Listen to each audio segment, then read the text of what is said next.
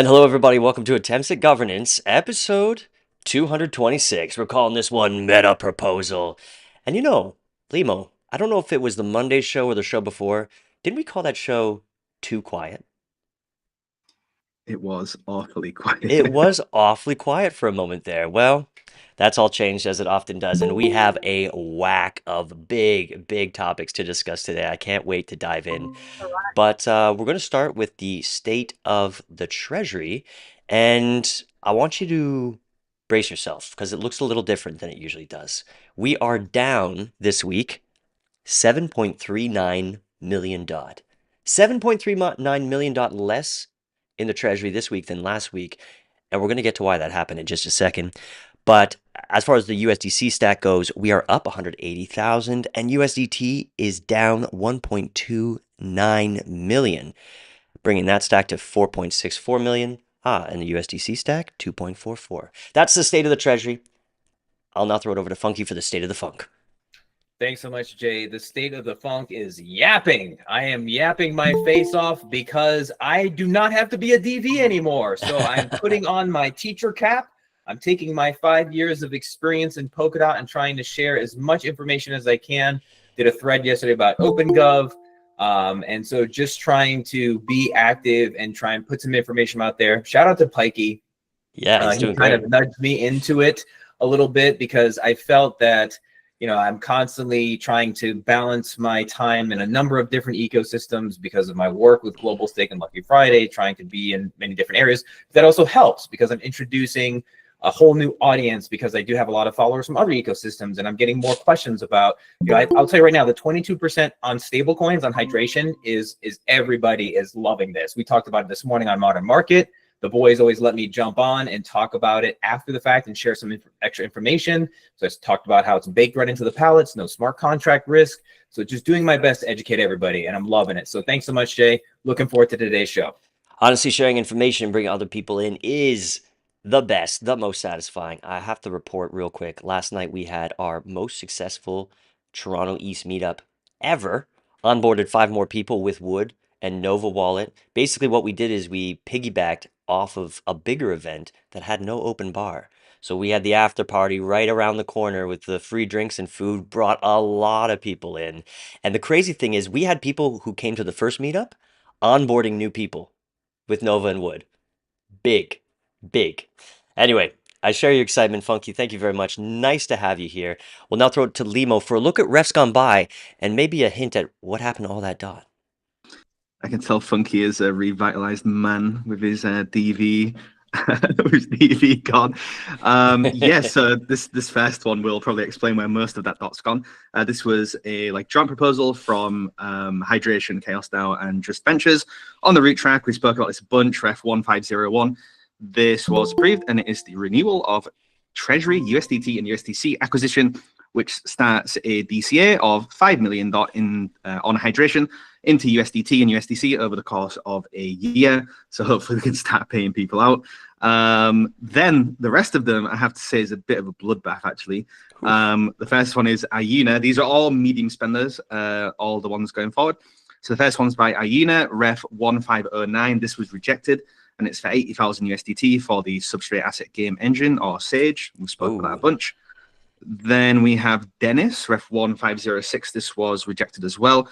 This is for 316,000 USDT for Fuel Arts Bitbasil, the artist and collectors Polkadot hub. And we've had James and everybody on the show talking about that.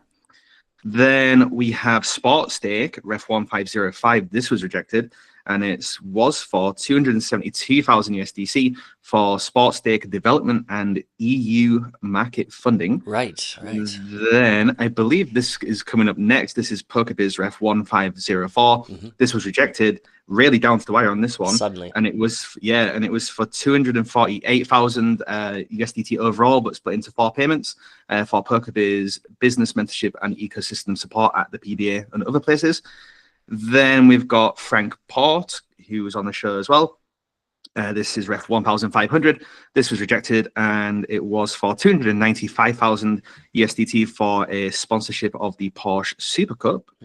And to wrap us up today, we've got the Bounty Manager, Ref 1499. This was rejected, and it was for 64,000 USDC for Bounty Manager version 2.0 retroactive funding proposal. Those are all the refs gone by, and most of that dot went to hydration, it seems. I'm so curious where the other dot went, though. Maybe, where? Oh, maybe it paid out a bounty or something like that? Or would that be set aside? I don't know. Could be some scheduled payment. We might have to look into it, but I don't think there's anything of like that size scheduled.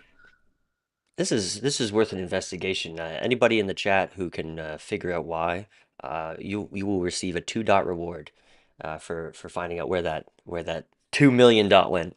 But no, I'm sure it's all accounted for. The beauty of immutable on-chain stuff. We're gonna get to that later. No, we want to talk with Mario real quick, because Mario, what a shock to see PolkaBiz. I think it was, it wasn't a done deal. I think you were cruising at 64 or 68% or something like that. Yeah, But indeed. but we had 2 big voters come in last minute and put this just a few bips below the line.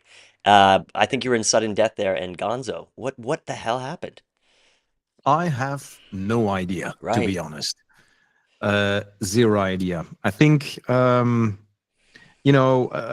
we thought this was a no-brainer, because actually what we did is we first worked and proved ourselves. And then we had some people from the Web3 Foundation, like David, so the director of the ecosystem development at the Web3 Foundation. He said, man, we really support you guys. We also had Tim from the Blockchain PBA, Blockchain Academy. We had some big names like OGs from Polkadot itself. We had the startups themselves saying, well, we praise what you guys are doing. This service is needed in Polkadot. One of the startups that we mentored got into the Sightail Academy. Yeah. So we thought, man, this is really, really, really needed. And that's actually all the noise that we hear. This is really, really needed. And then at the end, in the confirmation period, because that is the way how OpenGov works, right? I'm old enough to understand how it works. Now, I'm not disappointed about that, to be honest, that it happened during the confirmation period. I'm more disappointed that this last minute thing, it always happens without any explanation. Right. And that is not how I think a community needs to work. So people know me. I have no aliases whatsoever. You can reach out to me. And if you don't agree what we do, or if you think, hey, the Web3 Foundation is doing it wrong, or the PBA or Sightail, they made a mistake, whatever, whoever it is, reach out to me. I'm even now on Matrix. Can you imagine that? You can reach out, and I mean, conversation is the first thing, and then we can learn, and I can learn from the feedback, and that didn't happen. So, Shoot. yeah. So what are you going to do? Well, the frustrating part is we don't know, because we don't have feedback. If you have feedback, this is something that we can improve, and the next time we do it a little bit different. This time we don't know. So I'm looking also a little bit here at the entire panel. I mean, if you guys were in my shoes, what would you do? Because today, honestly, I don't know. And by the way, I also call out all the ones that voted no. Please reach out to me if there is something that we can improve. I'm always open to listen. But this is a little bit so last minute. It is how it works. It is the game, and the game is being played. But, I don't know if this is a good turnout. I mean, we wanted to help all the startups, etc. We did the work, actually, the scheduled payment. Basically, it was we did the work and then we got the payment. Yeah. So not like other proposals up front, and then we will see you cannot stop it. This was totally different. So I don't know. I'm looking at you guys. What do we need to do here? I don't know. It could also be that the community is not happy with startup support. I don't know. I really don't know. Okay, I have a suggestion. Now, I do want, but I want to throw it to the panel first, starting with Lorena. Let's keep it real short because we do want to get to our friends in Asia and respect their Sorry, bedtimes. yeah. But let's hear from Lorena real quick. Okay, maybe it's my opinion because we discussed internally very hard about this. The main concern is about fees. Okay, maybe the problem is the fees, the salary, the amount of the money for each hour. Maybe okay. We see that a comment. I read many comments, but I suppose he's here, that they say, instead of giving the money directly to this team, why we don't pay directly to the projects, okay? So maybe this is the concern about how the team can work and how the team can improve. For me, it's very important to having this, okay? Okay, Because Lorena, just let's go as quick as you can, okay? Do you think you made your point there? Do you have more to say? don't worry, this is the only comment. Thank you After that, we can discuss. Yeah, beautiful. Tommy. Yeah, I want to say I had my conflicts with Mario in the past, but we are both grown up. We talked about stuff, and Mario is a very reasonable person that you can talk with. So I would just highlight, like, whoever voted nay, let Mario know what is your concern so he can react to it, because I think he wants to do stuff. Like, if he would be torn down by nays, he would have disappeared a long time ago, but it does not. So obviously he cares about Polkadot, and I would encourage everyone, for any person that cares about Polkadot, to give them proper feedback so that they can adjust and get better. Yeah, great. And then my feedback. Oh, sorry. Go ahead, Angie, real quick. Sorry, this is real quick, but when Lorena was speaking, I was thinking maybe there's miscommunication in terms of what this is. This is a service for the startups, right? So I didn't understand that. I might have misheard you, Lorena, but I didn't understand paying the startups directly. Mm-hmm. Well, maybe my feedback will help here, because I think I'm agreeing with Lorena here. Maybe the play is to for PolkaBiz to charge the projects they work with, as in the PBA, the PBAX, Web3 Foundation, rather than charging OpenGov for like kind of a meta service to these things. But anyway, that's a lot of feedback there, Mario. What do you think? Lots to do. But it was good feedback. But indeed, Lorena, how much time do I have? 30 seconds. I saw that comment also. Why don't we pay directly the startups? But the thing is, if you look at the success rate, what we have today with the Web3 Foundation, it's because we helped them. And so the service is really, really needed. Otherwise, they never can talk to real entrepreneurs and make it better. That's basically what we offer. From what I've seen, the service is good and helpful, but I hope there's a path forward here, Mario. Thank you for coming on and sharing your thoughts today. Thank you, Jay. Now we're going to get on to, okay, if the Phase boys don't mind, sorry, not just boys, if the Phase people don't mind, we will just do a quick canter to Asia, starting with the Polkadot Eco Researcher proposal. This is 209.52 thousand USDT. For a group that's been part of the ecosystem and has been funded by OpenGov, Gov1 for quite a while. And who do we have on the show to discuss this today? Oh, Blockzo. And hi, everyone. Techo Lee, and can you hear me? Who else? Yes, we can hear you. Why don't you take it away? Thanks for being here. And thank you for taking time to listen to our proposal. First, I need to apologize in advance for my poor spoken English. My English is not very good, so if there is anything you don't understand, please feel free to point it out. Additionally, Catherine is our overseas operator, and she will help me with some translation. And Tekoli is my co-founder. Okay, let me start by introduce our situation. Our Polkadot Ecology Research Institute is a research institute focused on the research and the analysis of the Polkadot ecosystem development. The original intention of of our establishment can be tracked back to 2019. At that time, we learned about Polkadot through Xiaojie from PolkaWorld and Guanghua from ChainX. After studying the Polkadot white paper at that time, we were deeply attracted. And Dr. Gavin also came to China for the first time in 1920 and organized the 4 events in different cities. We were the co-organizer of one of the cities.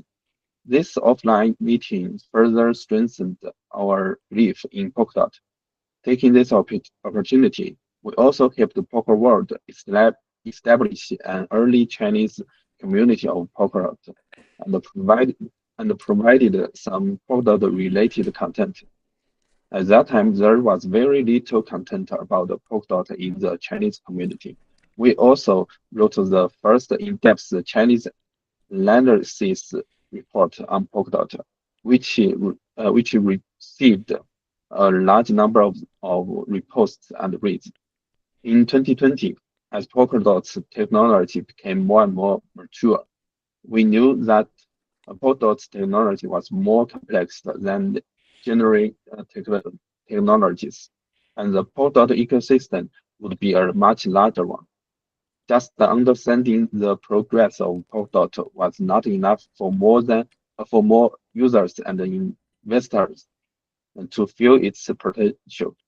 Therefore, in 2020, together with some early participants and investors in the Chinese Polkadot community, relying on years of in-depth involvement in the blockchain industry, we established a professional research and content production team and founded our research institute, focusing on Polkadot research and presenting complex technical content to readers in an easy-to-understand way.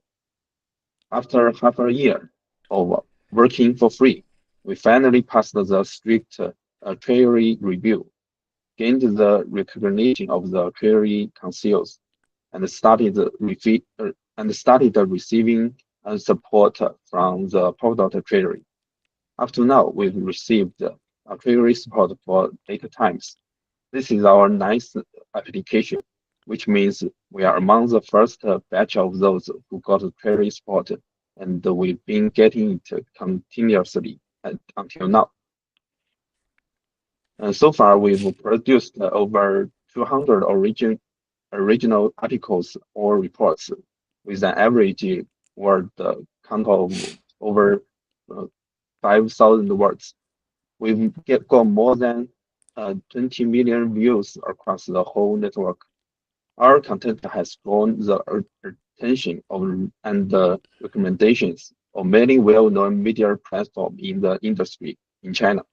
Around 2021, when Polkadot was at its peak, our content was often recommended as the banner article on the homepage of these media platforms. Usually, you have to pay to get that prime spot. Some of our reports also have been read and recognized with the Web3 Foundation, as well as by professional institutions like Skytail Digital. They even invited us to attend the Polkadot Investor Conference in Switzerland in May as a guest to share our thoughts. Currently, we've successfully published an article on Polkadot's official media, and we are the only Asia Pacific research institution that have published content on Polkadot's official media publication. Besides, we've provided the content event and the community support for over 113 projects in the Polkadot ecosystem to meet their needs for ecological development. We've also organized or participated in 23 online and offline Polkadot events, spreading Polkadot knowledge to more than 50,000 people. In 2022 and 2023, we participated as guests in the Polkadot Decoded sharing events for 2 consecutive years. We couldn't make it in 2024 due to my family reasons. Since 2021, we've supported every Polkadot Hackathon event, as well as the various substrate technical events.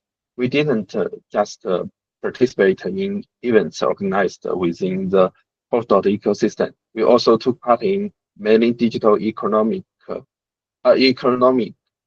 industry forum, cryptocurrency industry conferences, and even some meetings where traditional enterprises were too. And Aston Martin was our exploring Web3. And more, we wrote preheating articles for hackathons in advance to attract more developers.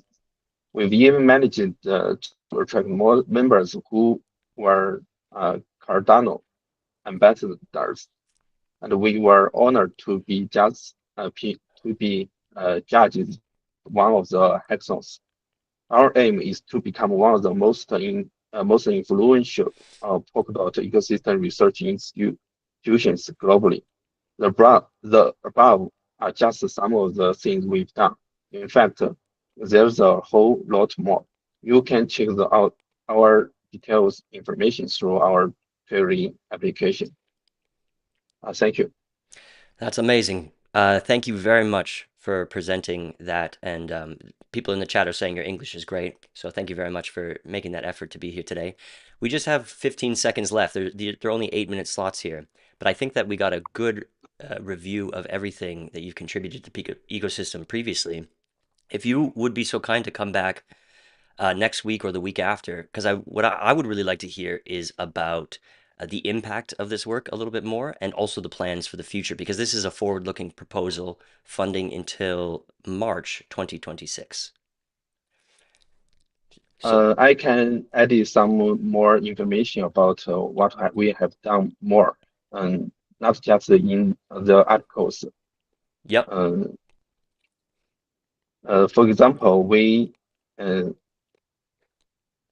beyond the content volume reported in our development updates, we have undertaken long-term ecosystem building efforts, including creating educational materials for projects, assisting with fundraising and strategic consulting, supporting developers in applying for grants and Treasury funds through hackathons, and collecting feedback from retail and industrial and the whales for the official team.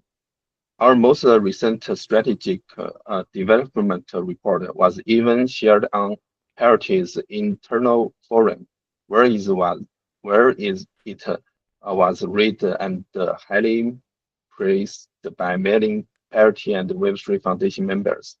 While these efforts are difficult to quantify, we have compiled some of these their testimonials, which you can review in the final section of our application proposal.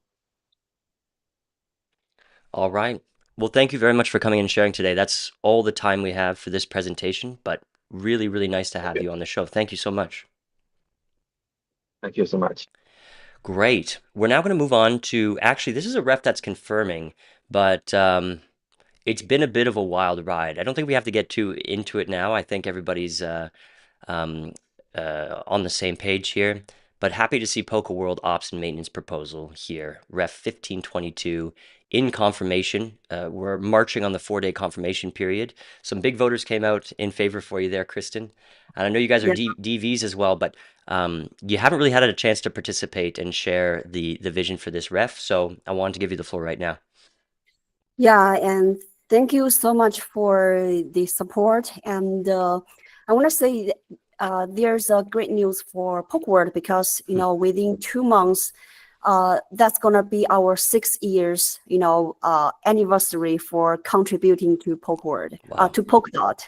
So we are, we are constantly getting funding from PolkaWorld, from Polkadot, for 6 years, and the amount of the funding we are supplying remain the same for the 6 years, and our workload has added a lot. And actually, we are now operating the WeChat account, which is a Chinese community. And later on, we found out that people start to switch into X. So we're operating the 2 channels. One is English and one is Chinese. So I think the basic work we're doing is delivering the high quality content. But I think the spirit or the core is that to build a Polkadot Chinese community to act as a bridge or information gateway for the Chinese community. People have a platform to get all the information about Polkadot. Everything they want to know about Polkadot, they can reach out to us and find informations on our platform. This is the role we are playing, and and I think in the coming year it's very important for Polkadot, because the Polkadot Hub is about to launch, and the Gem is coming. So I think there's a lot of work to do to still educating the Chinese marketing about everything about Polkadot, the big progresses, and we are very happy to take the role as a bridge to helping Chinese community to bridge into the Polkadot ecosystem in terms of the community or other aspects. And also, PolkaWorld now is the DV, and we hope that we can make more contributions in the coming year. So, but this is basically the overview of our proposal. But I want to take more time for you guys to save more time for you guys if you have any questions, because I always feel that I can sometimes I feel maybe I'm wrong, but I can sense there's a gap between Chinese market and the English speaking countries. So I wanna that's why I wanna attend the AAGs every week during our DV. So I wanna save more time for you guys to if you have some concerns or questions to ask regarding the proposal or regarding the PolkaWorld or Chinese market. I also feel that gap. On the other side, I feel it as well, and that gap is a deficit for us all. So I hope we can cross it here. Thanks very much, Kristen. We have 4.5 minutes. Let's hear some questions or comments, and maintain that that high level of respect we spoke about earlier this week. If anyone have questions? Throw up your hand. Yeah. Well, I have a meeting on the calendar next week with some folks from PolkaWorld. I don't know if you're going to be there, Kristen, but I'm definitely interested to see how we can share resources, including audience and content, a little bit more.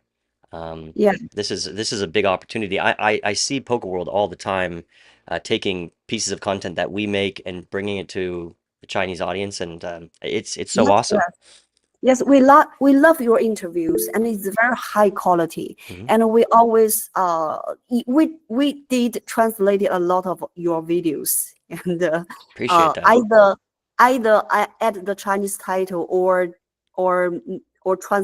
just summarize as a text article posted on our WeChat account, and they received a lot of views. Yep, very nice, Tommy.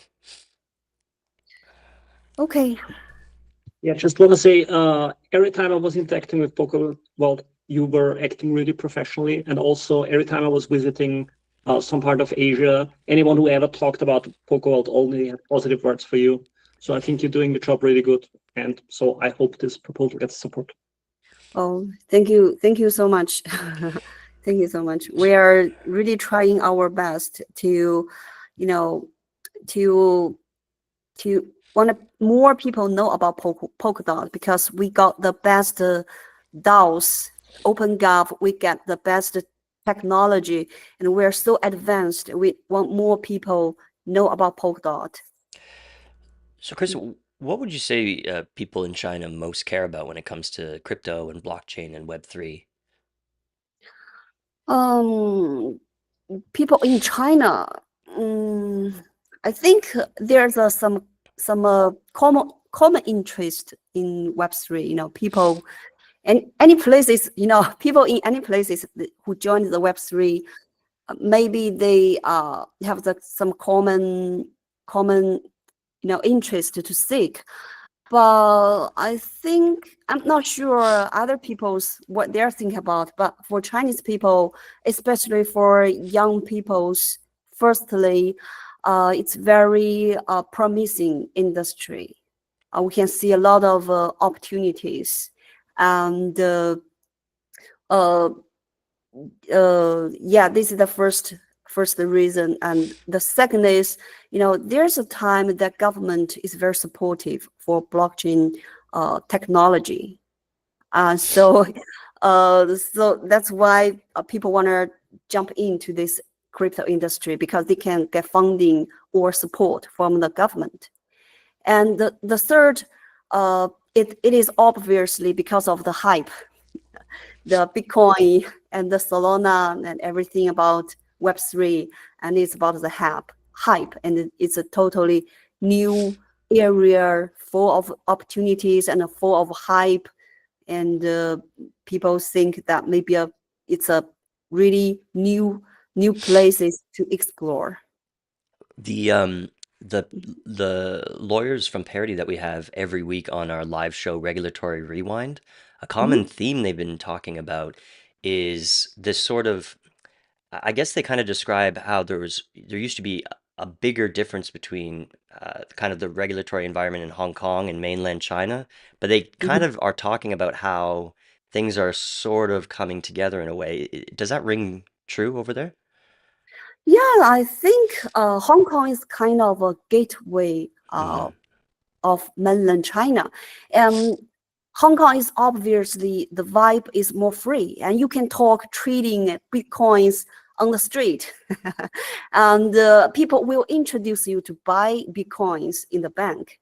But in mainland China, it's never going to happen. Mainland China, we can only talk about tech. You know, for example, Gavin visited China, and he make free education presentation in 4 universities. These universities are all top universities, and this presentation and this speech was supported by the school and the blockchain association. So it was welcomed. So government will allow this kind of you know, stuff happening in mainland China. You know, if we're talking about trading, no way. But education, technology, it's really you know, in mainland China, it's free. We are free to talk. Awesome. All right. Well, we're at time, Kristen. Thanks very much for coming on the show, and looking forward to forging better partnerships in the future. Okay, looking forward. Thank you. Thank you. All right, ladies and gentlemen, we've now made it to our title ref of the show. We call the show Metaproposal because we've got a big one, and it is a huge group effort. If you remember a few months ago, we had multiple esports teams applying for Treasury funds at the same time. Bit of a wild situation. The result, nobody got anything. So some of the agents in the ecosystem put their heads together, and they forged this deal, 1.51 million DOT, for phase and vitality, unifying ecosystem efforts through esports, the Metaproposal. Guys, if you're here to talk about this, why don't you make yourself known, and let's get into it.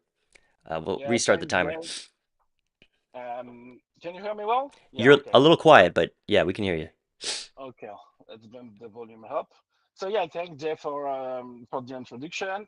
I have to say it's already like we're quite proud to have reached that state where we can present something together. So just for that, we're happy. And yeah, let's talk about this Metaproposal. So like you said a few months ago, there was a lot of esports proposal and a lot of, let's say, agents fighting each other over that. And at the same time, we are all aware that we have like Polkadot has issue with sponsoring. Like we really have trouble getting out most of the value from our sponsoring. And yeah, the idea behind that Metaproposal is that we try to collaborate with everyone involved in sponsoring proposals with esports and basically anyone trying on the field to work toward user acquisition and business acquisition to present something that for us make way more sense if Polkadot was to do sponsorships. So we learn from Miami, we learn from Connor Daly, we learn from from Eric, and this is the result of all those research and our suggestion or proposition to the Hive Mind about how we could make things better and how we could actually leverage those sponsoring as we should. And let's say that some people believe sponsoring are useless. I disagree with that. I think that Connor Daly bring us Vbrix as a Polkadot Cloud user, which is huge, you know. I don't know how we can evaluate the acquisition cost for a parachain, but that's something. I believe that Miami is also starting to produce good results and interesting stuff. So yeah, we found like maybe 2025 was the year where Polkadot should really go full speed on sponsoring, on user acquisition, and basically to support the launch of Polkadot Hub. So that's why we all align, and we try to do something that would bring Polkadot and the Hive Mind to the next level. And yeah, this is our proposal. Basically, the idea is to create dedicated services or position in the ecosystem in charge of managing those sponsoring, and it's a big thing to unravel, and we know that. But to summarize it, the idea is to first create an authority that will handle the sponsoring, which will be the Polkadot Esports Committee. They will put their reputation on the line to make sure that we are getting the most value out of it, and from that, they will manage and they will coordinate a B2B account manager, a B2C account manager. And on top of it, and to support all of that, we'll have a team creating dedicated user acquisition funnel in the hope that what we would do for esports will be reused and will make any kind of outward-facing initiative better. So really, esports will be a laboratory for a few months.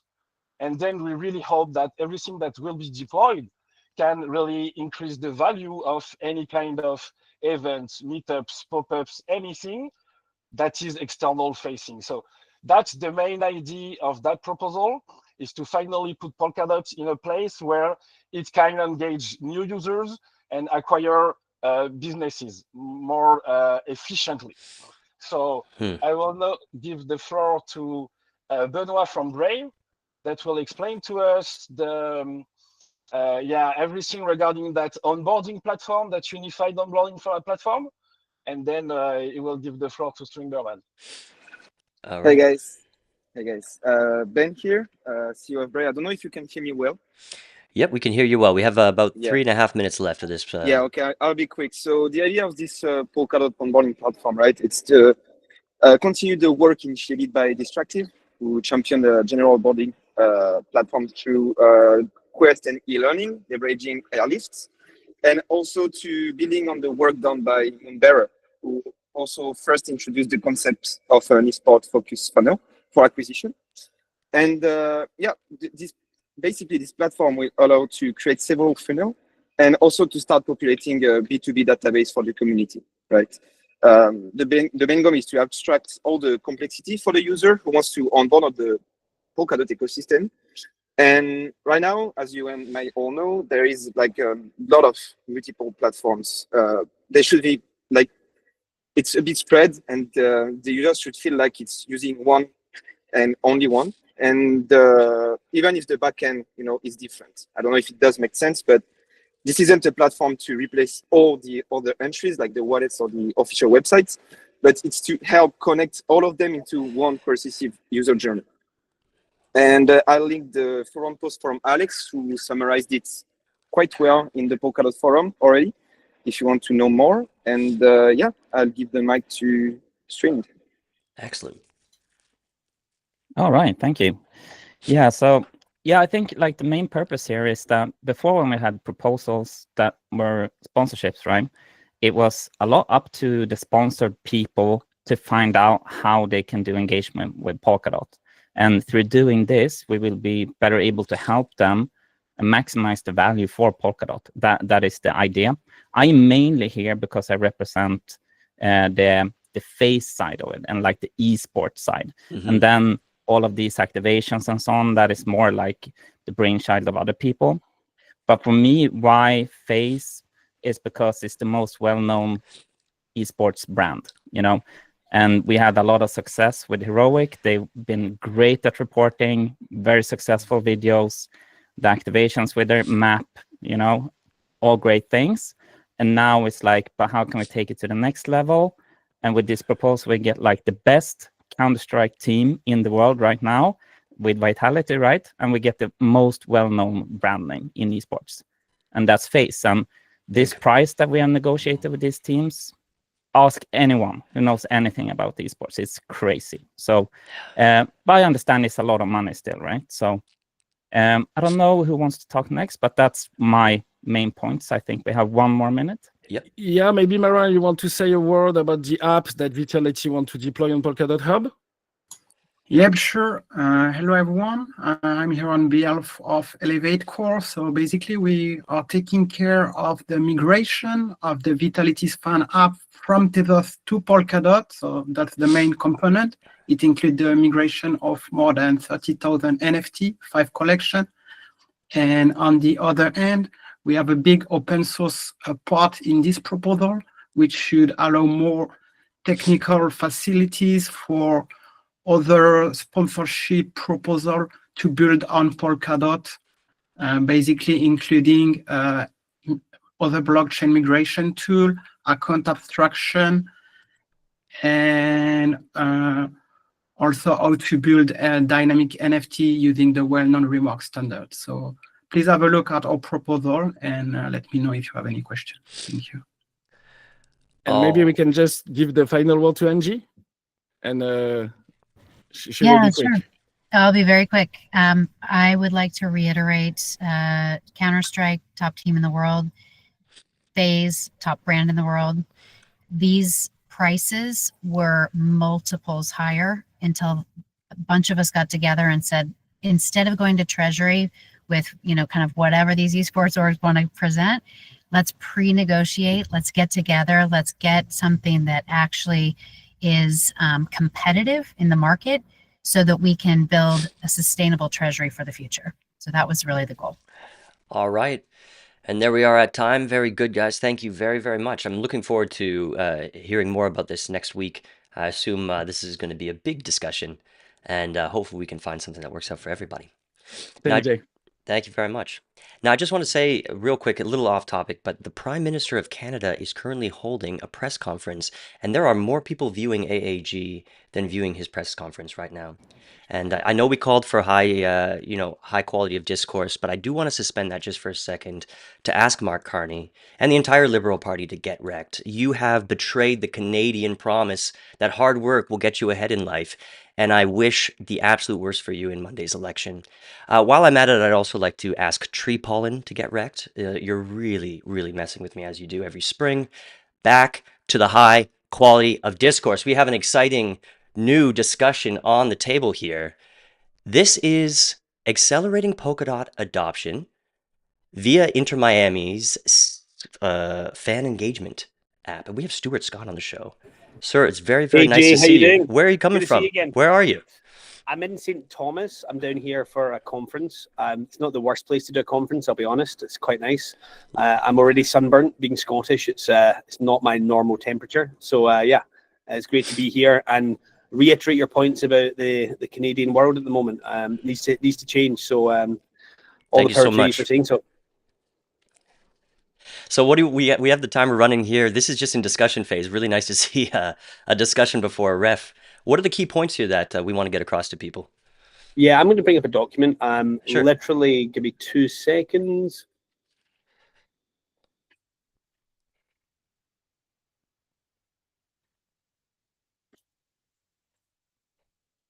Will it let me do it is the question. No, it's not. It's not going to let me do it, but I will share it with everybody after the call. Sure.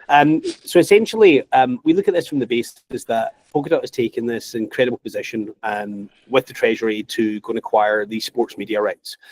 And for me, it's been semi-successful. The success has been the sense of bringing it to Miami, which is a crypto-first community. But the failure has been how do we activate it? And it's been the failure across pretty much every brand that has gone into the sports media market. As they've gone in, Tesla's has done the same, and they've gone and spent a huge amount of money, and they don't get any users. They don't bring on adoption, and essentially we're in the same position we were a year ago, and we've got a really expensive badge label. Yeah. And the problem is Polkadot's not Samsung. All right. If you want to go buy a Samsung, you know where to buy it, how to shop it. Everything's really simple. I think there's two problems here. One is how we contract. So as a community and a treasury, we need to contract with the right rights. So if you're MasterCard or your Visa, you go in and you say, we want the transactions. And Polkadot's got these amazing companies that sit above Polkadot, which are private companies that essentially have all of these amazing utilities that we can integrate into these sort of rights. And they're just not being used at the moment. So the first point for me is how do we contract to make sure that these rights are delivered properly and we get users and we get adoption and it's delivered. And also the companies that are building Polkadot get users and get delivery. I look at things like Mythical Games and how they've done user adoption and how they've delivered it has been incredible. But it's been done by doing these big deals in sports. And I think this is the same thing with anything directly with Polkadot. So secondly to that is in the contract that was signed with Inter Miami, there is a fan engagement platform that can be used. So that fan engagement platform, we essentially have been building in the background. So currently Galactic is the prediction markets platform for Sports Illustrated. We're going to be launching for the NBA Finals in about 5 weeks' time. The campaign's going to be called Gamers versus Hall of Famers. We've got 3 Hall of Famers who have come in who are unbelievable. Oh, wow. We've got some of the top gamers in the world coming in. And essentially we want to bridge the gap between the old generation and the new generation and bring prediction markets into this new world. What we've agreed with the MLS and Inter Miami is we can bring in trivia, we can bring in a marketplace, and we can bring in essentially what a prediction market will be for them, which will onboard users, make it super sticky, and something that looks really, really clean, but it's simple to use. So if this is your first Web3 experience, you'll barely know it's Web3. But what they're going to do is they're going to get the adoption that they need, and they're going to get it really, really quickly. I think the benefit you have with Inter Miami is you have the biggest sports star in the world, who's Lionel Messi. And the fact is in that contract, there's content options to do commercials and everything else. We've got so many good rights. The problem is we're not activating them. So we can continue on the path we're on, which is we've got all these amazing rights, but we don't have a tech integration. Or we do the tech integration and we deliver something that generates us users and awareness, but becomes properly sticky. In terms of the partners, so our partner on everything in terms of our technologies, Aventus Network, Alan V. So I'm sure a lot of people on the call have seen Aventus and worked with them in the past.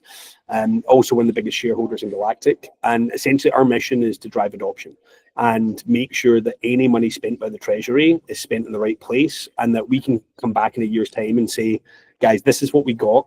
It's totally transparent. There's no gray area here saying, here's what we kind of got. It's like literally, we delivered this. This is the new number of users. This is the number of interactions. This is the number of engagements. And this is how it was delivered.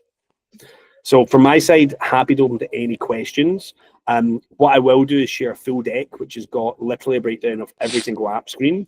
It will show you what the platform does. It will show everything else. Sorry, from my side, with the technical problems, I'll be able to present to you, but happy to have open dialogue on anything. I was showing those screenshots while you're speaking to the audience at home. Yeah, I couldn't agree more. We have this amazing IP, but not enough people are taking advantage of it. And when we have been at the Coos, when we do, it's incredible. Like the new followers we've gotten, the new community members in the Discord, it's powerful. So I'm happy to see that you guys are taking on this option we have, which is to build this fan app. And I want to open it up to the floor first for some questions or comments on that.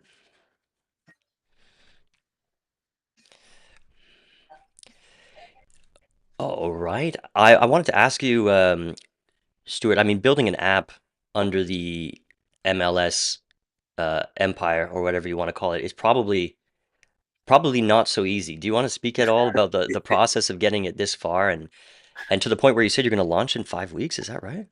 Yeah, so there's two things going on. One at the moment is we're working with Sports Illustrated in the US. So Sports Illustrated is the third biggest media website in the US, 80-year-old brand. Every sports star in the world wants to be on there. So we're launching for the NBA Finals, which are the 3rd of June. But 10 days before that, we'll be live with the Prediction Markets platform. You'll start seeing content in about 10 days' time from some of the Hall of Famers and gamers. But working with the Polkadot team very closely and the team at Inter Miami, the MLS is an incredible league, but they are very strict in the way they operate. And we have to work within very strict parameters. And that's everything from data protection all the way through to franchise rights, image rights, NIL. So there's been, between when I started on this project in January to now, there's been about 100 meetings, and it's been intense. We've got a team of about 12 people who are just working on this at the moment. And it's because we're part of that Polkadot community. Everything we build is on Polkadot, and we want to make sure that any money spent is well spent. And I think, again, coming back into the contractual rights and what we do moving forward, I look at this as, if we do it right, we'll always get more value, because I think a lot of these sports media companies see us coming in as a Web3 company, and they're like, we're going to charge you more money for less rights than we would to traditional businesses. Right. But also from their side, they don't understand what we need as metrics. So they don't understand how to create transactions at work. They don't understand the company ecosystems and how we build transactions on chain. So all of that stuff, they just don't understand. And it's our job to kind of almost be a informer and educator to them, to say this is what's going to make it successful for us. Because if you look at Manchester United and Tezos, the last thing they want is Tezos to stop sponsoring them. It's a huge amount of money. But the problem is they've not figured out the right way to connect that together in a way that's really valuable to Tezos. So for us, we need to make sure we don't make the mistakes of a lot of the people around us, and we get as much value as possible. Beautiful. Okay, well, we're at time here. I will say I did get a chance to sit in on one of those meetings with the Inter Miami team. And what I learned from that meeting is they do have a kind of app or like a fan experience, but it's only for the people with the season tickets. They're so stoked to open this up to their global fan base. And that's kind of what we can do here. And kind of related to the app that we were talking about with the esports, I'm totally a fan for apps targeted at specific groups. I mean, there's a place for those general apps, those general onboarding places, but experiences targeted at specific groups, I think, is very powerful. I think it makes the conversion much easier. And It does, yeah. like, if you know your audience and you know what they're interested in, it makes it a much easier experience for them. Good stuff. Well, Stuart, nice to have you on the show. Any indication of when this is going to go on chain? Soon. We'll be updating shortly, but looking forward to it. And honestly, Jay, great to see you again. You do an incredible job for everyone here in the community. So absolute pleasure, honor to be on. Hey, thanks very much. All right, well, we'll see you soon. What else? Oh, yeah. Okay, so that's all the presentations we have for today. Let me just see what's going on in the other room here. Oh, yeah, actually, this is a good timing. Donald, bring you over to the other room there. While we bring him over, Angie, what is this strange logo we see behind you? This is a little hint of what's to come. Sounds good. Coming soon. All right, very nice. Hey, Donald, did you want to speak about something specifically today? Yeah, give me one moment. I'll pull it up. I'm running a little bit late getting on, but give me one moment and I'll be ready. You take your time. You take your time. Okay, thank you.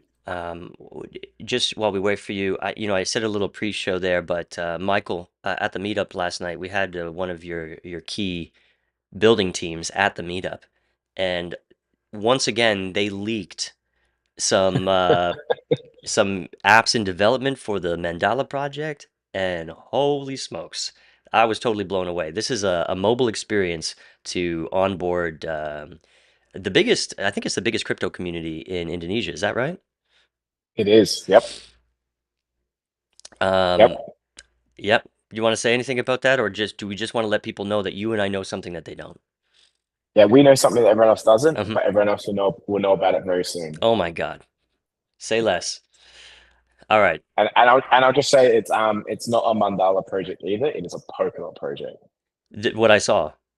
Yes. Yeah, no, that's a really good point. It absolutely is. It's going to be useful for anybody, for any point in the ecosystem. Yep.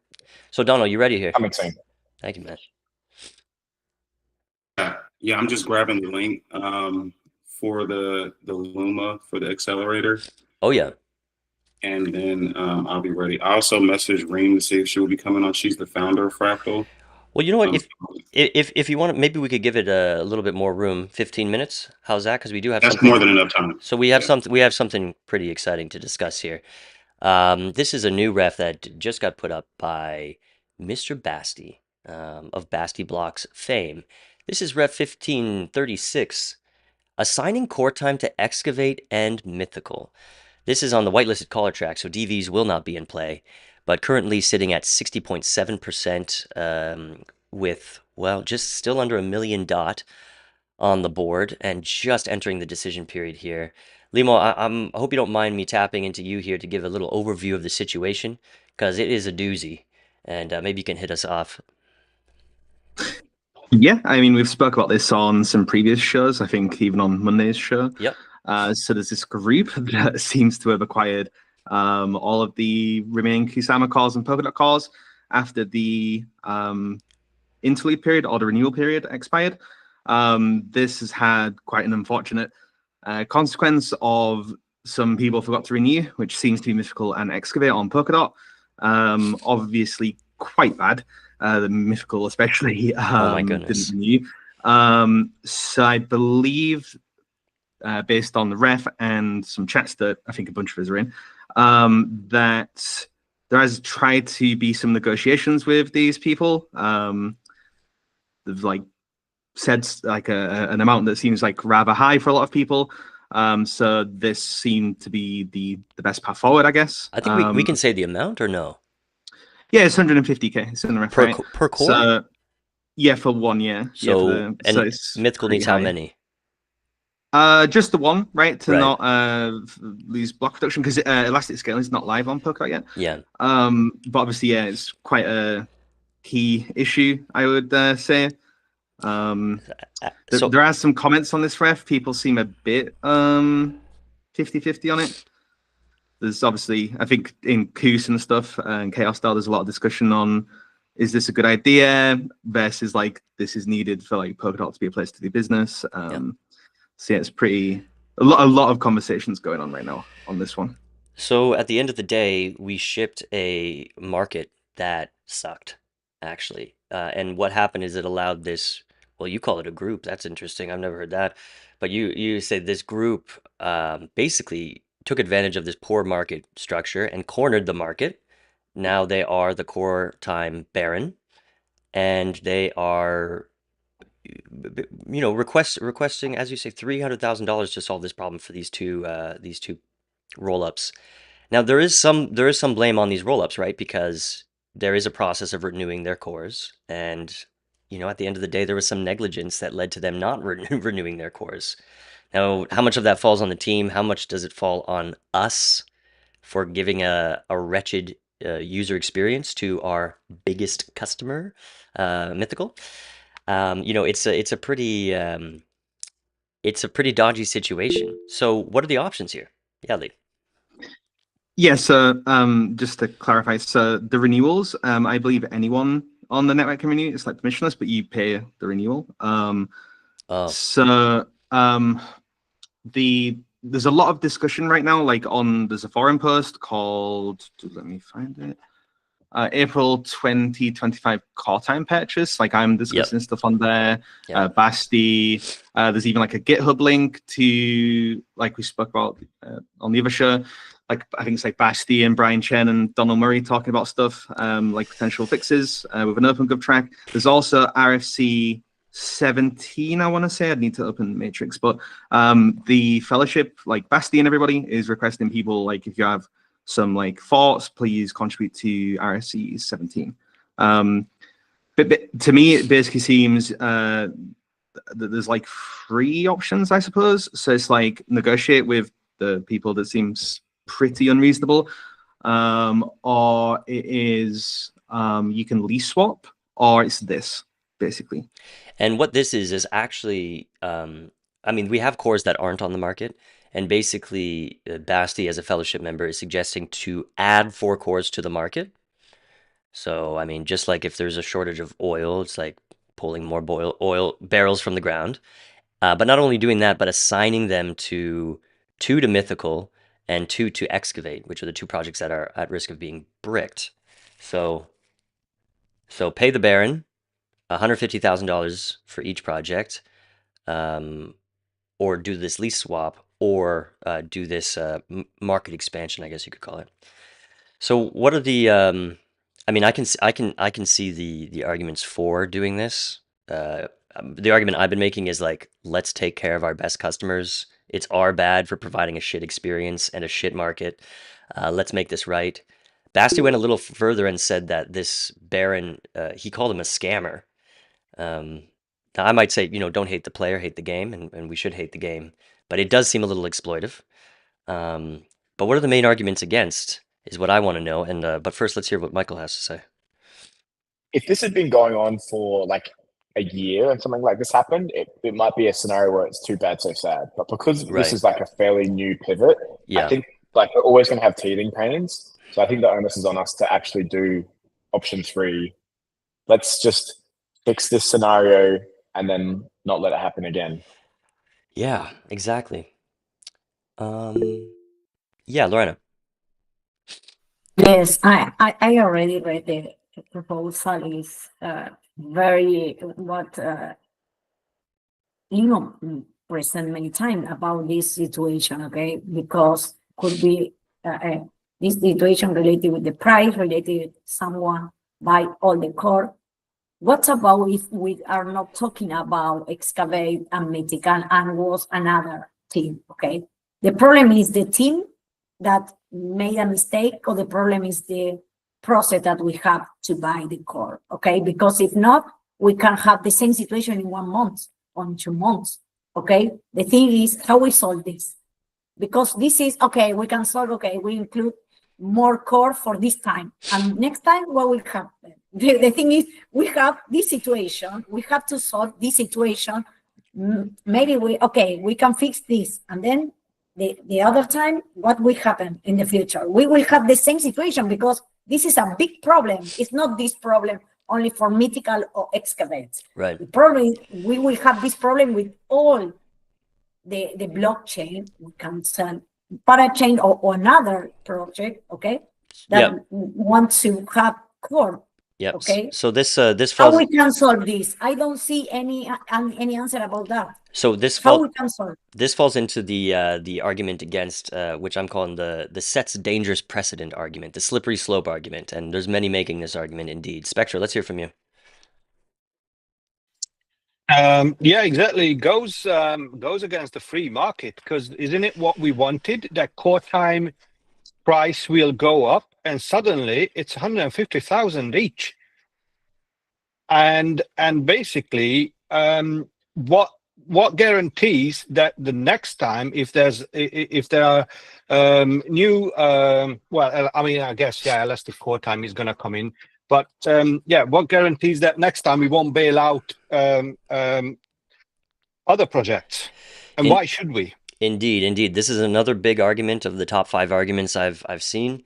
The undermines free market principles argument. Very, very good. Thank you for bringing it up. Tommy, you're next. Yep. So if I understand it correctly, the people at the respective projects missed to claim their cores, which is an oversight that everyone should keep in mind. They should not do. Yeah. So this is like paying a rent. There is a reason we have OpenGov. OpenGov allows us to take off the hard edges of the system. Even Bitcoin had governance. Even Bitcoin had a hard fork when there was an issue in the code. And like code is law, yes, but Bitcoin developed in a way that was not, or Satoshi was not happy with it. Satoshi changed the code, rolled it out, and validators accepted it. So there can be changes to the network, and OpenGov is exactly here to take off the hard edges. And I agree very much with you, Jay. Like these are some of our best customers is Polkadot. And so exactly for situations like this, you should be there. And hey, Tommy, sorry, real quick. It's not Tommy, guaranteed that in the future. Real quick, I have to grab the door. So can you please pass it over to Don Diego after you're done talking? And I'm going to keep listening. Sure, I'll be right back. Sure. Yeah. I wouldn't rely on the argument that in the future, like everyone is going to get saved. It's a permissionless market. It's intended to be, but there's also this phasing into the whole thing. Don Diego, your turn. Yeah, thanks. But I think I will just repeat what you said. Like Bitcoin didn't start at fully decentralized. No decentralized system started fully decentralized. The core time marketplace and the whole economics behind it are still in trials. And that's exactly why it's happening right now. And I will just conclude by saying the whole beauty of Polkadot and OpenGov is that we, as the hive mind and as the dot holders, we are able to do that. So I'd much prefer live in that world where when there is issue like that, it's not a hard fork or it's not like God is low and we can't do shit about it. It's the responsibility of the hive mind to make sure that what the decision we're making is the proper one. And I agree that we are not in a situation where we can put our partners in difficulties right now. And yeah, it is Polkadot. It's a great power and it's a great responsibility. Nice. Well put. Ryan.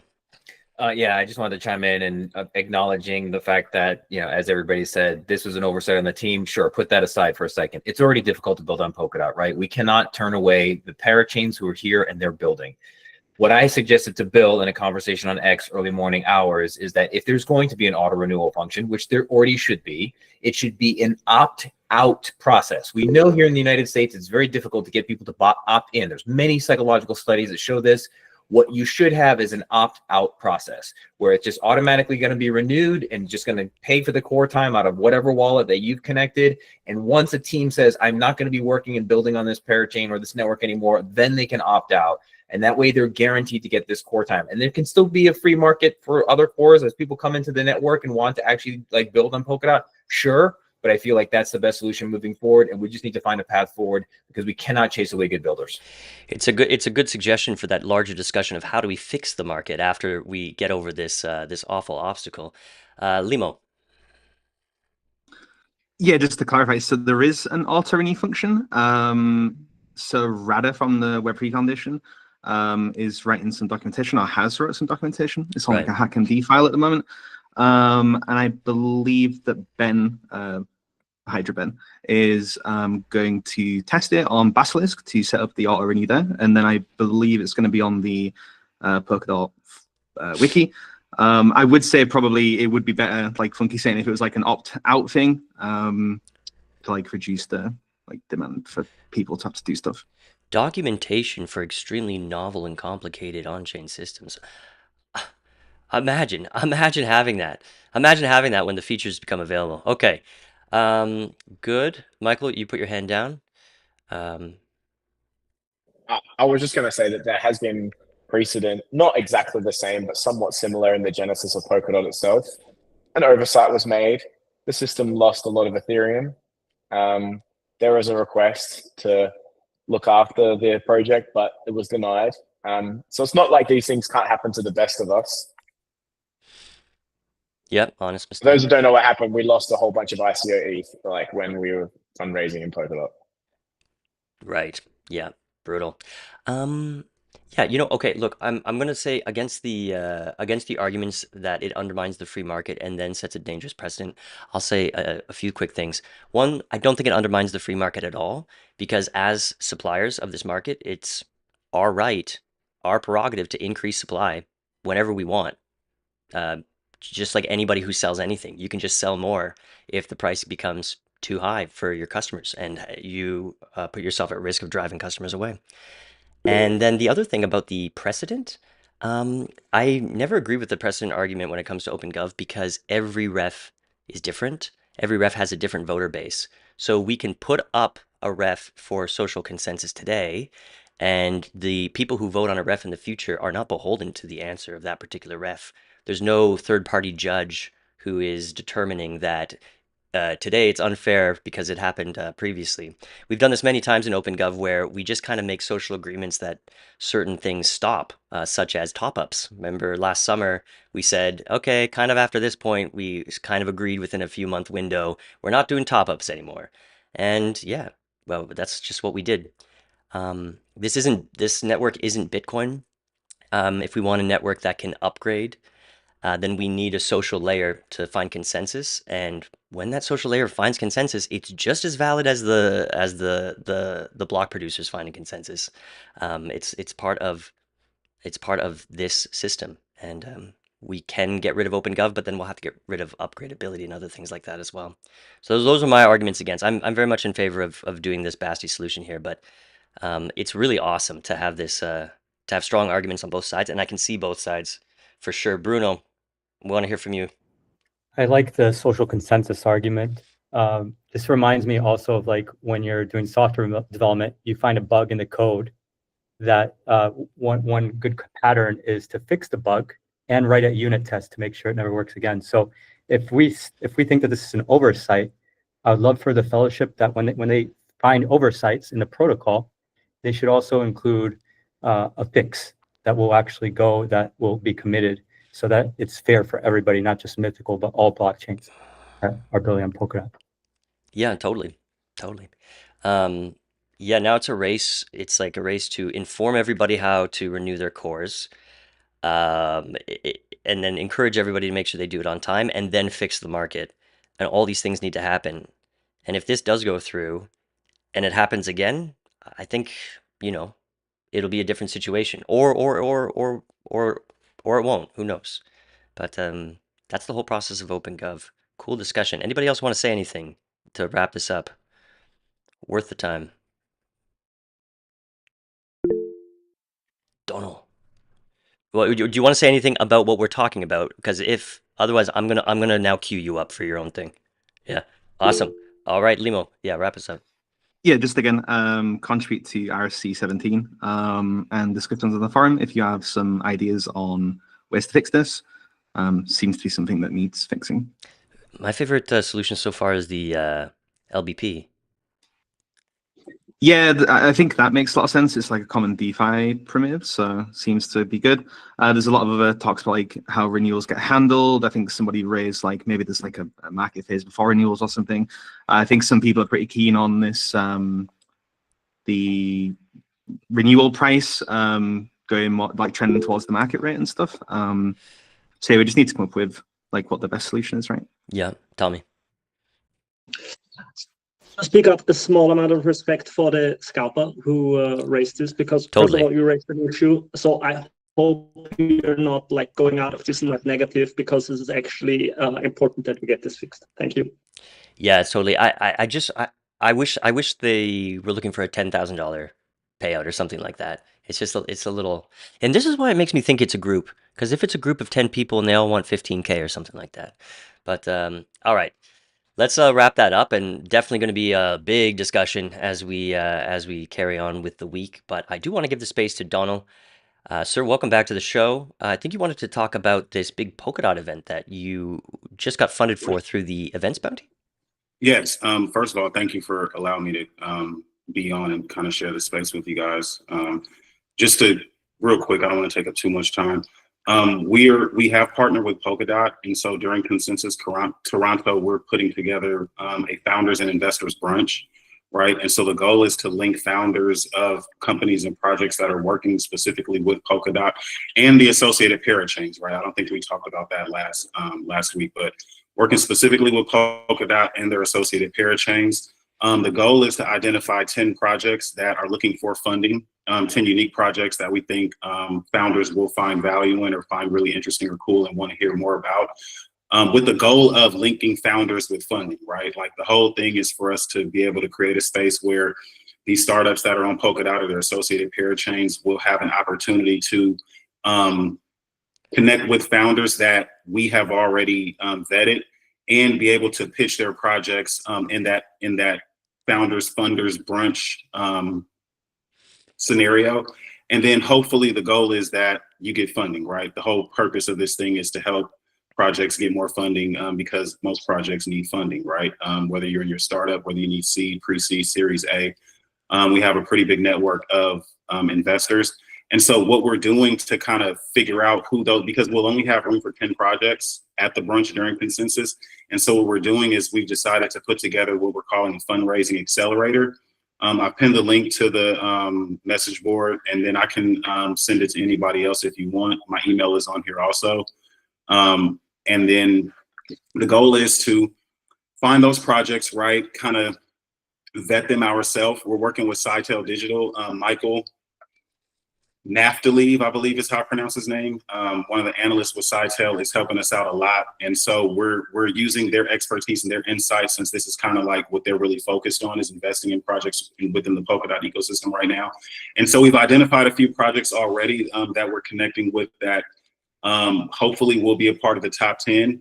But just wanted to kind of put that out there. If you all have a project that you're working on, if you know anybody that has something cool, we're looking to hear more about it. You're more than welcome to fill out the registration. There's a few questions just so we can get an idea of what your situation is, what your project is about. But yeah, that's the goal, man. We're just trying to really help shine more light on the Polkadot ecosystem as a whole, and get some more of these projects out there, because, you know, there's a lot of value, there's a lot of cool things being created. And so we just want to help out with that as much as possible. So that's pretty much it. The deadline to register is April 28th, which is coming up pretty soon. So I'm going to be really pushing this for the next couple of days and over the weekend. But, you know, yeah, if you have anything that you want to talk about, or anything that maybe we should be interested in or look out for, definitely hit me up. I'm also on Telegram. I don't know if that's like an easier way for you guys to communicate. Yeah, that's a great one, man. I'm at Planned Profit on Telegram. So I'm putting that in here. And yeah, let's connect, let's talk. Again, we're kind of moving pretty fast right now. So we want to be able to find out as much about the projects as soon as possible, so we can go ahead and kind of vet them on our own. And then the goal is for hopefully for one of those projects to be a part of the top 10. So that's it, man. Definitely going to keep following the community and coming on for these calls when I can. This isn't just one of those things where like I hop in, try to shill something, and then hop out. I definitely want to stay involved. I've been in Polkadot and Kusama for a while. I was a part of some of the original parachain auctions, still holding some stuff from a few years ago. So definitely familiar with the ecosystem and the value that it brings. I know it's truly decentralized, so sometimes that can be a challenge, but I still believe in it, man. And so I'm actually like a believer in this. I'm not just doing this because, you know, I'm working with Fractal. So just wanted to share that. And again, I appreciate you for allowing me to have time to speak, and I wish you guys well with everything that you're doing. That's awesome. I've been hearing a lot about this project. So as you say, people are working really hard to get the top projects involved here. Now, Tommy, did you mean to have your hand up here? No. All right. Tommy. Yeah. How about Angie? You want to say something? Yeah, I just want to ask if you could give a little color on the investors and maybe the top 2 or 3 screening, metrics or attributes they have. Is it a token, not a token? Is it, certain vertical within crypto? What's the general kind of screening process? Well, no, there's no real like hard requirements. It just really depends on the project. We have, like, for example, we have a project that we may be working with that's a bit more established, right? They're already trading a token. And so maybe they're looking for like investors that maybe just want to act like liquidity providers, right? Maybe, park tokens there, stake them, get like a more, kind of a more modest return on their investment, but it's something that's maybe a little more further along in the process and the project is already established. We have a couple of projects that are kind of just starting out, and so it's a more high risk, high reward. So it's really no set parameters. It's more just if we find value in that project and then we run it by our partners who are also kind of like, that's their thing. We have different types of investors that are kind of interested in like, all of those different layers. So something that may be further along, something that may be like just starting out. It's really open. You know what I mean? I hope that answers the question. But if not, if you want to email me, I can definitely get more information for you just to make sure that I answer it clearly for you. What is the pre-screening process like? So it's a series of about 12 questions. If you go on the link right here that I put up here, it actually, and you click registration, it lists everything that you would need to know. So for example, here, I'll give you a few of them. Let me just go right here real quick so you can see, I can let you know. So for example,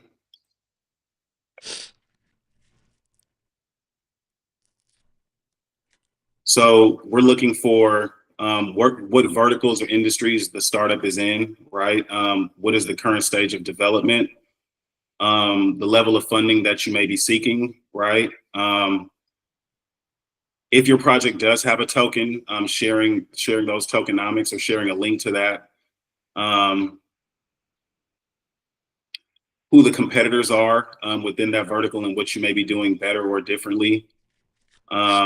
Your capitalization table, any information about how much money you've raised in the past. Some things that may have prevented you from growing at a faster rate. So kind of similar to like a questionnaire that you will fill out for maybe like if you were looking for investments. So I hope that answers your question. Yeah, that's great. Thanks. You're welcome. I've heard a lot of good things about Fractal, and glad to see this initial partnership kicking off here. Thanks very much, Donald, for coming on. Okay, thank you, man. I appreciate it. Cool stuff. Somebody in the chat asking when DOT will become $10 more. Soon, my guy. Just hang in there. We're going to now talk about, just some refs on the go here. Starting with a preview of one we're going to see next week.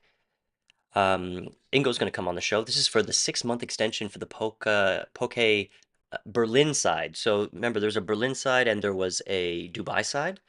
But this is just for the pretty outstanding work the Berlin side has done.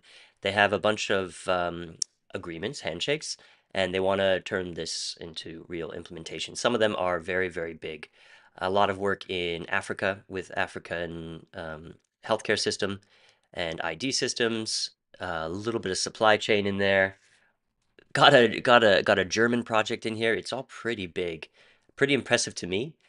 But we'll have to hear more from the team soon. That's Ingo, Elisa, and Matthias, who will be, I believe, joining us next week. Anybody have a comment on this one? Stuff we'll talk about next week, I'm sure. But yeah, Angie. I was just going to say that these big BD deals take a little bit of time Years. to marinate. Yeah. And this has had how many months? I mean, it feels wrong to throw in the towel when we're just getting started. Yeah. But yeah. Agreed with you there. Really the biggest I think BD results we've seen in a long time from a team. Okay. Just also checking in on guest list +1, the 388.76 thousand USDC for that music project has not got any traction over the last several weeks. Looks like this one's not going to make it with 56.85 million against. But we'll have to see if they come back with something else. This one is still hanging in there with 25% in favor. This is the Incognity project, the TEE powered asset shielding. I'm a little disappointed here. I mean, I want to see this project continue to develop, but maybe this isn't the right proposal for it or something like that. But yeah, let's just check out. We have Permanence DAO on the I side and Re. Both Permanence DAOs on the I side. But Kustot delegates on the nay side, PolkaWorld's on the nay side, Jam implementers on the nay side, Chaos DAO on the nay side. Yeah, so that's a little tough to overcome. The last one we've talked about recently is the ratify the approved payout of Ref 1390, Talisman's mobile wallet initiative. The community coming in with strong support here, 100% in favor, 32.8 million on the I side. And this is going to enter confirmation in 3 days, 12 hours, and march on that 7-day confirmation period. Big spender track. I don't think I had to be on this track, but that's all right. All right, anything else we want to talk about this week? Yeah, Lee. Yeah, Ref 1530.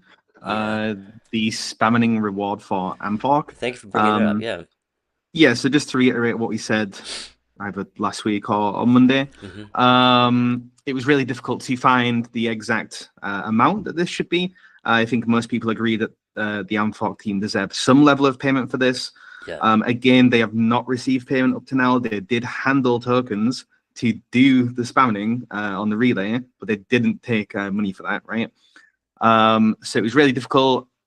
This is why it took so long, because I was asking a bunch of people like what the exact amount is. Amounts range from like 10 grand to like 250K. So thought this was somewhere in between. So if you are nay on this, and if this eventually is nay, please let me know what you think is more reasonable, and then I will resubmit it with the more reasonable amount. Thank you. Yeah, I wish some people who were on the nay side here just suggested a different amount, but it doesn't look like people really are doing that. Yeah. Yeah.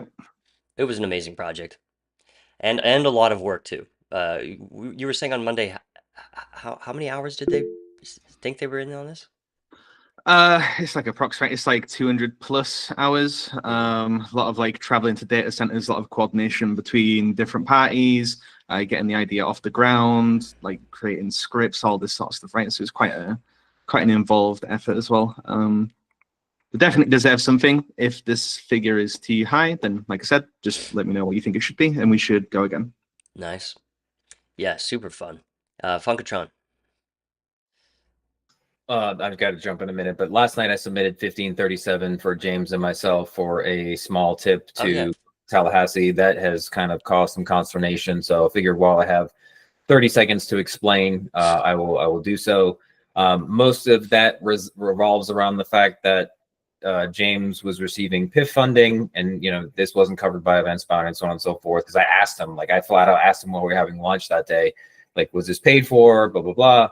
And he said, no, it wasn't. He said he paid for it out of his PIF funding, so on and so forth. And what I've been telling people is that, like, look, when I travel, when I go have lodging and food and everything else like that, that expense report goes to my company, Lucky Friday or Global Stake. Now, in this case, I'm not submitting that. I already told the guys, like, I'm not putting this on an expense report. This is just something I'm doing for the love of Polkadot, blah, blah, blah. And so I'm just likening it to that, And I said, if you expect people to like just constantly do things out of their own salary, like in my case, my salary would be reduced by 25 to 33% any given month. Yeah. Right. Without getting those expenses reimbursed by the company. So kind of look at it like that. That may or may not sway people. It was still very productive. We're building some great relationships in Tallahassee. And I feel like this is something that you got to play for the long term. It's not just about like this one time showing up. And I have been trying to answer some stuff on Poke Assembly as well, from questions and stuff like that from the community. So if you think it's worthy, vote aye. If you don't, I totally understand and respect everybody no matter what. So I just wanted to put that out there while I had a minute before I got to jump. So I do have to run though, because I have to record a podcast. Thanks. And thanks for your contributions, man. That looks really impressive. All right. I'll see you guys. See you later. Next week. Later. Bye. All righty. Anything else we need to discuss this week? That was a really exciting show. The floor is yours. All right. Well, I think we'll put a pin in it there then. We'll be back. Oh, Angie. Sorry, I was trying to take my hand down when you said we're going to put a pin in it. But I was just going to say, if anybody's in New York City, definitely come to the meetups. There's one tonight from 6:30 to 8:30 with Thomas and Angie. And then tomorrow morning, we're hosting the one and only Bill Laboon to talk about decentralized cloud. Very nice. Hey, I also heard a rumor that you're going to be on Regulatory Rewind next week. Is that true? I have to check my calendar, but I know it's coming up. Is it next week? Yes. Yeah. Probably. We're gonna have a special on Regulatory Rewind to take a look at the first 100 days of Donald Trump's presidency, and take a look at how reality has panned out. Yeah, I got to tell you one thing so this morning in the game souk, and by the way, everybody should come on Thursdays. It's really fun. This morning we talked about President Trump's meme coin shenanigans. Yeah. Sorry, I said that word. I'm trying to be, shenanigans. I'll say it. Anyway, the title of my post about this is going to be Token Gate. You get it? We get it. Yeah. Nice. Hey, yeah, that game souk, you're going to start streaming that publicly as well on Thursdays. Is that true? Yeah. So starting next Thursday, we'll be streaming that publicly from 9 to 9:30 Eastern every Thursday through Restream. Awesome. All right. So that'll be on the X account. A good warm up for people's people before they come on AAG. Cool, guys. Thanks for this this great show. I'm glad. I'm glad governance has picked up again. I thought we'd have to end it at episode, 230 or something, but I think we'll carry on for another 50 or 60 and see how it goes. But thanks everybody for participating, and the chat was lively today. We appreciate you guys so much. Stay tuned for Space Monkey Sunday this weekend because we have a special with Luca from Pier 3. Remember that whole side channel poker thing? It got through governance, but honestly, I was still unsure about its value while it was coming through. Whoa, my perspective totally changed after this conversation, and I recommend you check it out because it's a big opportunity for Polkadot, and it's pretty exciting stuff. So tune into that on Sunday after the Friday news pump tomorrow. Have a great weekend, everybody. We'll see you on Monday.